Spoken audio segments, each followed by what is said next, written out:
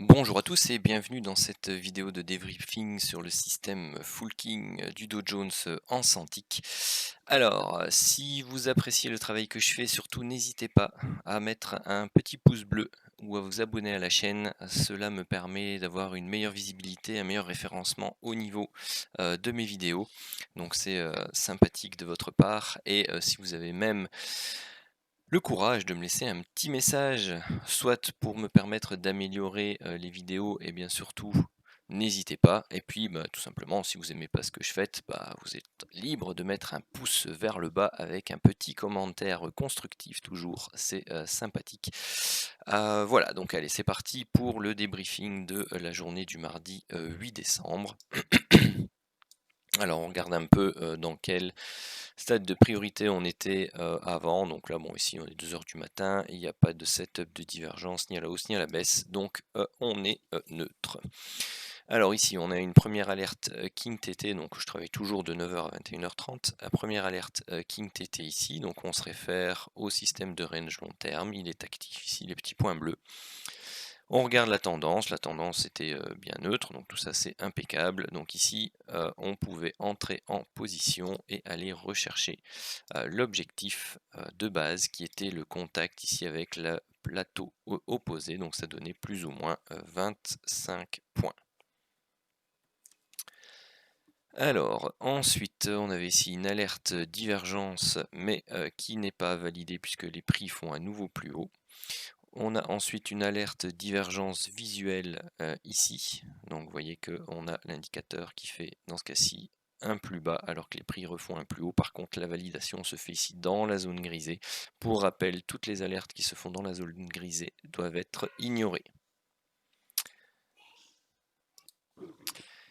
Une seconde alerte ici, King TT, on regarde le range court terme, long terme, il n'est pas actif, on regarde la tendance précédente est neutre, voire légèrement baissière précédemment, donc on ne se met pas face au flux, on ne fait pas d'achat.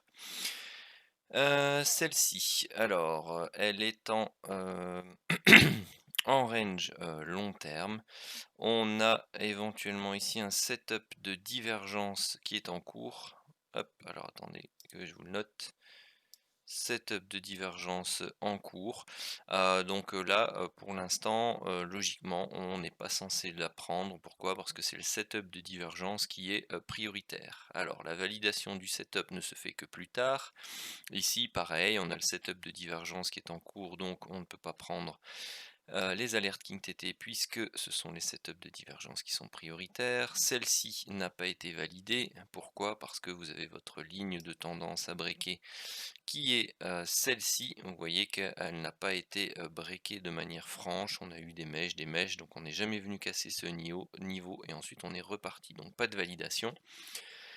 Nouveau setup de divergence, il ne sera validé que sur ce chandelier-là, que ce soit par le principe de la ligne de tendance ou de la moyenne mobile exponentielle 15 périodes. Voilà le beau break. On va prendre position ici. On a pour rappel un stop qui est aux alentours des 65 points maximum, vu la volatilité de ce jour-là, et on va travailler pour aller rechercher l'objectif 1 qui est le contact ici avec la ligne de tendance long terme. Et pour les plus patients, eh bien, on va aller rechercher l'objectif du setup 2 quelque part ici, hein, on n'est pas à quelques points près. Vous pouvez attendre vraiment la touchette là, mais ici c'est déjà très bien. Donc on fait 65 points et 125 points. Spread déduit, hein, bien sûr. Alors ici, on n'a pas eu trop de soucis. Pourquoi? Parce que dès qu'on est entré en position, c'est parti. À partir de ce moment-là, sur le deuxième lot, on a la possibilité de se mettre ABE. Vous avez la possibilité de vous mettre ABE plus tôt aussi, hein, mais la méthode, voilà, c'est une mise ABE à partir du TP1. Donc on est ici, on a le range long terme qui est actif, donc ça nous donne des probabilités d'aller rechercher l'objectif 2, c'est-à-dire le contact avec la borne opposée de l'enveloppe long terme plus grande, les probabilités bien sûr. Et donc ici, on a l'alerte King TT qui est face au setup de divergence baissier, donc celle-là, on doit l'ignorer. Ensuite, donc on termine ici plus 15 chandeliers, ce qui nous mène peu de choses près, 25 unités, donc on est quelque part par là. Hop, voilà.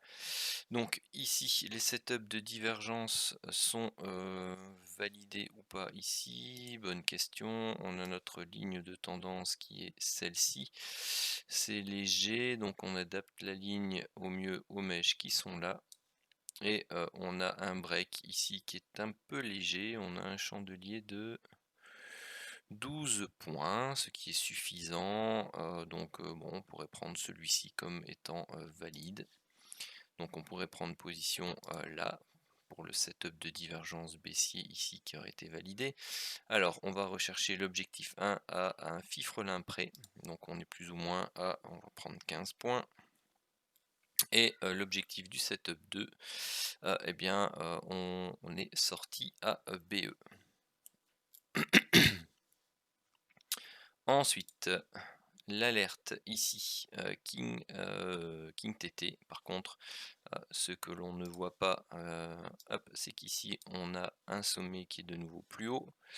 On a par contre sur l'indicateur ici, pardon, celle-là elle n'est pas bien mise, elle va être là, un sommet qui est plus bas. Donc on a un setup de divergence, donc celle-ci on ne pouvait pas la prendre.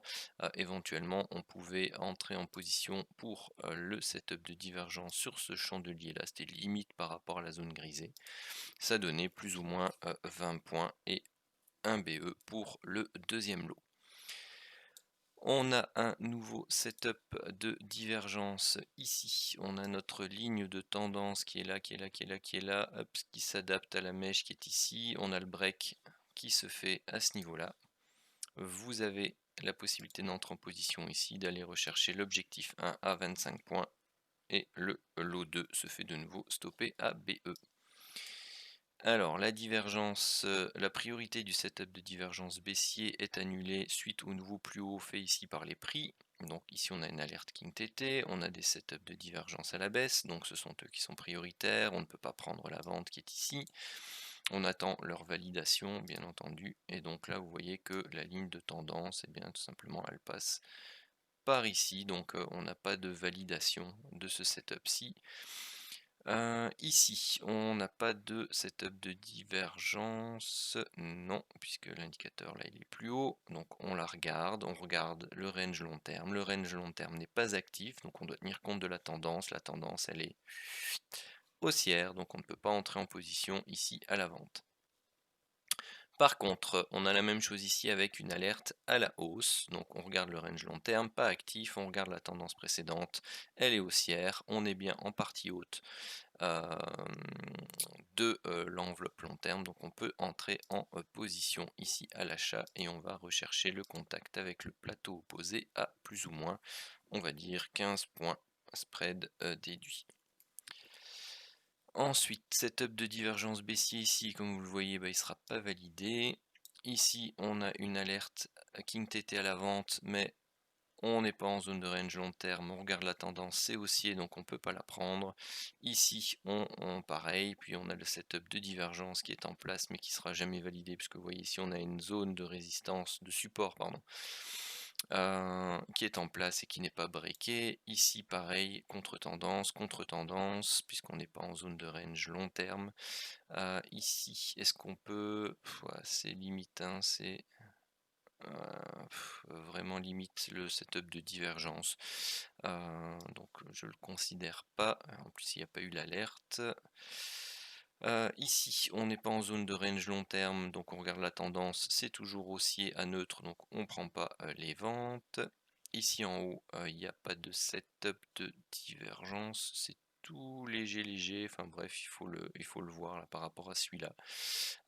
Bon, si vous le considériez, c'était une entrée plus ou moins ici ou là, vous alliez rechercher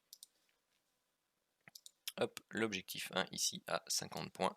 Je le compte pas pour les stats. Et puis 21h30, ça se termine. Youpla, ici, voilà. Donc ça termine la journée du 8 décembre. Voyons voir un peu ce que ça a donné en termes de résultats.